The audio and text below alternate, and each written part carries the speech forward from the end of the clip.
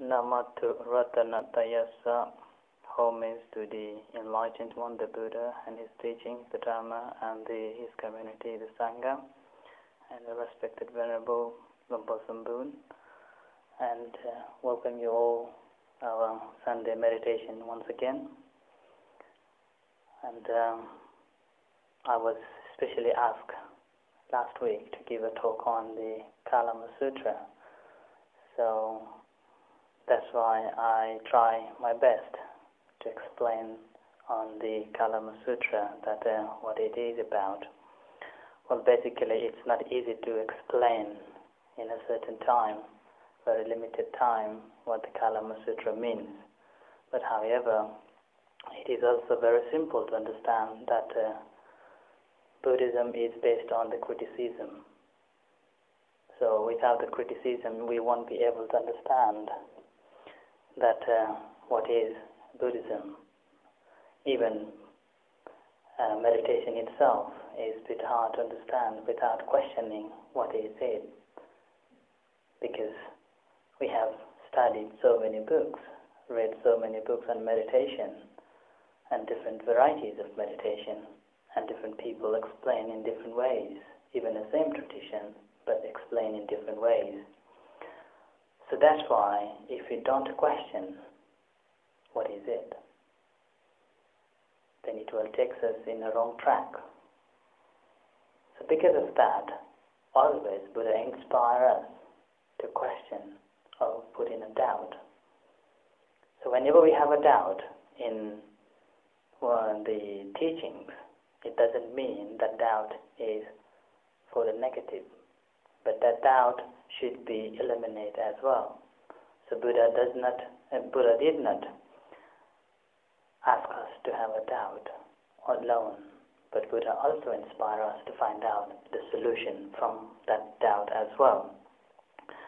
So that's why when we read the books on meditation or books on Buddhism, we have to think about it, and especially when we come for the meditation, we have to be free from the history.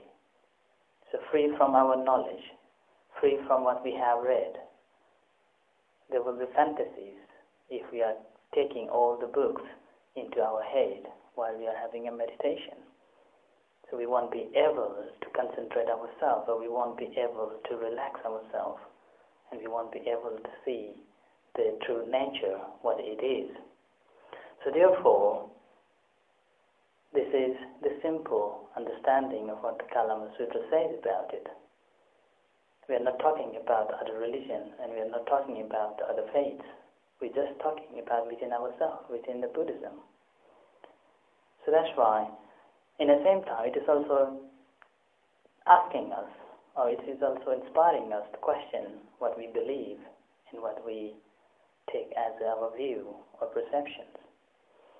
So that's why there are certain things that we have to be very careful, especially in a meditation. And in the same time, there are certain things that we have to develop within ourselves.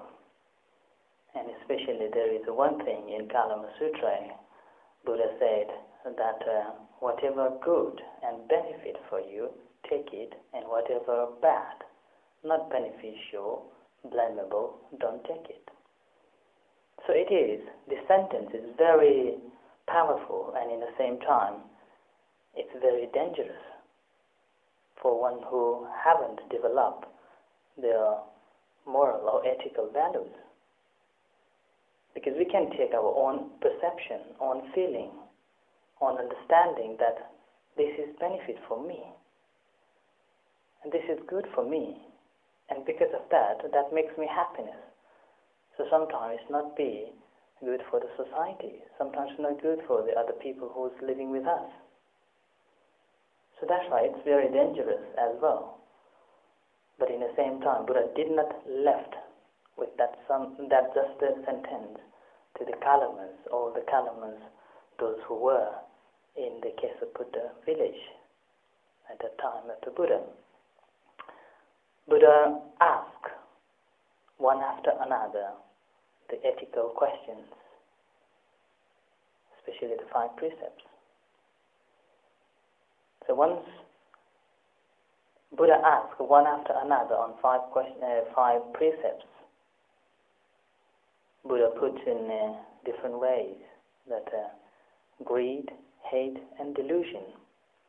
So if somebody does something with the greediness or hate or delusion and then commit some activities or harming other beings or lying or taking what is not given or sexual misconducts and intoxicating themselves. So Buddha asked all the Kalamas about it. And they said, and Buddha also asked them that whether it is blamable or not, whether it is beneficial or not, whether it is profitable or not. So in the answer of the Kalamas was not. So because of that, Buddha inspiring them to develop their understanding of ethical values in the society as well. So through that, they were generating the understanding of what is views and what is not. And in the same time, we have to remember in the Kalama Sutta that all the Kalamas, they were not a Buddhist before. They were just one who was searching for something which is truth. So that's why when the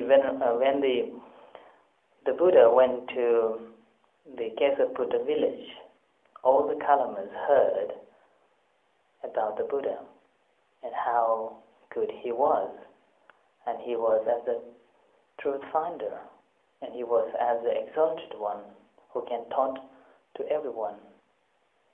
But all the Kalamas, those who went to see the Buddha, they did not go to see him as a refuse, but as a counselor or as one who can give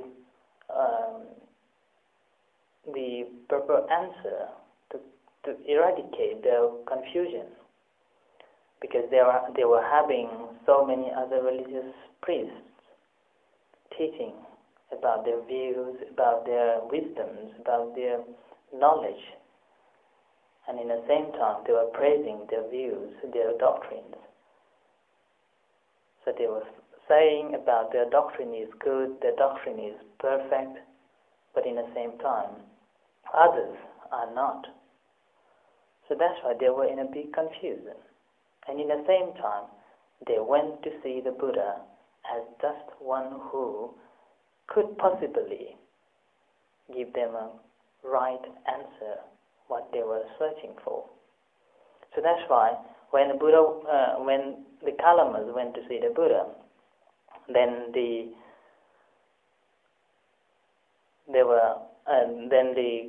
Buddha did not teach them any of his teachings at first. He did not say anything about the Four Noble Truths. He did not say anything about the Eightfold Noble Path, and he did not say anything about the 3 characteristics, which is impermanence, changing, and the non-self. So in reality, these doctrines are the pure and the core doctrines of the Buddha, but he did not mention it at all. But what he said, what he did was accepting the doubts of the Kalamas.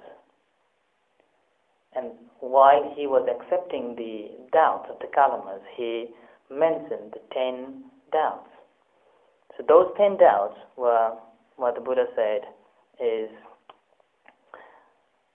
do not go upon what has been acquired by repeated hearing, nor upon tradition, nor upon rumor, nor upon scripture, nor upon sermish, nor upon axiom, nor upon specious reasoning, nor upon bias towards the notion pondering over, nor upon another's seeming ability, nor upon the consideration the monk is our teacher.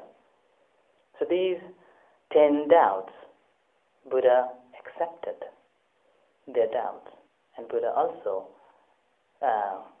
rejected these 10 views. So even in our while we are practicing meditation, or while we are in this world, what do you think about reading a news? What do you think about hearing the news on the TV? How many persons do you believe in? Although we are consuming the news, although we are consuming the information technologies, but yet we are having a doubt on it. How much is the truth in those news? So same way that we can apply with our own beliefs, on our traditions, on our meditation as well. So that's why, in the same time, don't believe what I'm saying now either. So just keep listening me, and in the same time judge yourself what I'm saying. So that's why this is very wonderful technique, and in the same time there are some traditions that may tells us that my tradition is the best. My tradition is the best, which leads us to the liberation. We can't say that that's not true. It may be true for him, or it may not be true for us. So that's why we can't say directly that you are wrong. How can we judge somebody with our own perception, our own feeling that you are wrong?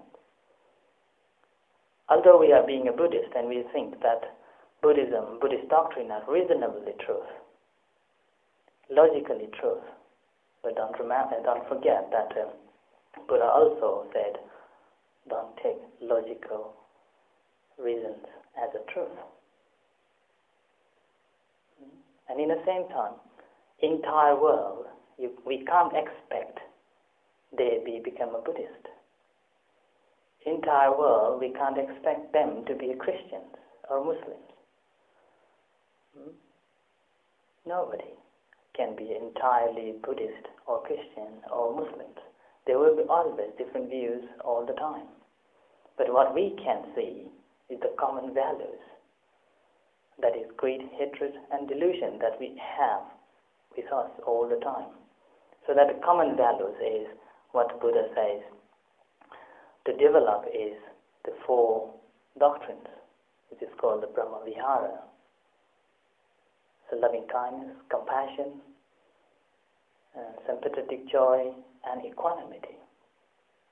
So to develop that, what we need is to understand the simple value of our life by understanding the 5 precepts.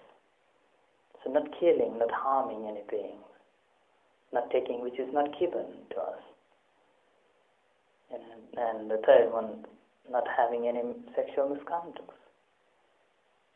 and not lying, and not taking any intoxications. So this is just a simple, very, very simple precepts, which also the foundation for our development of meditation, which will lead us to free from our bodily, verbally, and mental action. So through that we will be developing our qualities in meditation, and that's also the foundation for the understanding of true nature of living beings. This is the impermanence and the suffering and non-self. So that's why it's a very simple notion what the Buddha said in the Kalama Sutta. And among them, it's very important is that the 4 sublime doctrines, which is the loving kindness, compassion, and joy, and equanimity. So how can we develop that loving kindness? How can we develop loving kindness to someone? But what the Buddha said is, before we improve of loving kindness to others, spread the loving kindness to ourselves. Know ourselves, who we are. Do we really know that who we are? It's not easy to understand who we are. It's not understand to know what we are doing. So what I understand is, if we love ourselves, if we spread loving kindness to ourselves, then we will not doing any harm things or any bad actions or unwholesome actions which will lead us to unhappiness, which will lead us to very fragile mind, very stressful mind. And in the same time, then why we are doing religious activities or meritorious activities or wholesome activities? Are we expecting life after death? Or are we expecting some heavenly world which is precious? We just sit down, we can order everything, we just get it. Just order like in a restaurant. I want this, I want that. So just come. It's like in a restaurant. Are we doing for that? Probably, or somebody is doing for that. So that's why this is what the Buddha says is why we are performing the good things. And Buddha also says, if we are performing good things for hoping to have a good life after death in a heavenly world, or if we aren't doing good things for not having a world but just living in this world, will be good. So that's why in the Kalama Sutta says, don't worry about our action and our afterlife, life after death. Think here and now. Be here and now. Do it here now. Be happy here and now. We never know after death there is or not. If there is, and we are practicing good things here, wholesome activities here, we will be happy here and hereafter, if there is. And if there isn't life after death, what in Kalama Sutta says, Dhamma will protect us. Dhammo averakati dhammachari. So the Dhamma will protect us here. So that is the very wonderful. And in the same time says, if the result of evil action is there, we will have to accept that result of vipaka, life after. If there isn't, then still we are happy here if we are doing good. So that's why in Dhammapada there is one stanza as well says, Ida nandati petcha nandati kata punyo upayata nandati. So one who performs the wholesome activities, he will rejoice here and hereafter. So that's why being here and now, we will perform most of the time. We are loving ourselves. So we are not doing any harmful activities which will harm our verbal action, our physical action, and in the same time our mental action. So through that we will be generating loving kindness to ourselves. So once we know how harmful after the bad action or unwholesome actions to ourselves, then we will be sure that it will affect to others as well. So through that we will be able to generate our loving kindness to other beings. So through generally, then gradually we will develop to understand ourselves. And then in the same time we will be able to understand the other beings. So through that we will be developing our confidence within the teachings of the Buddha or within the teachings of the true teachings. So at the end of the Kalama Sutra as well, that all the Kalamas, even though they were not a Buddhist before, they were not followers of the Buddhas, but at the end, when the Buddha explained the values of the life and values of the wholesome activities, they became followers of the Buddha. And then at the end, Buddha also gave some other doctrines which brought them to be a good Buddhist as well. So that's why through that, it's very wonderful, wonderful discourse, and it's an empirical discourse, and also it is inviting us to find out the truth by ourselves before we believe in anything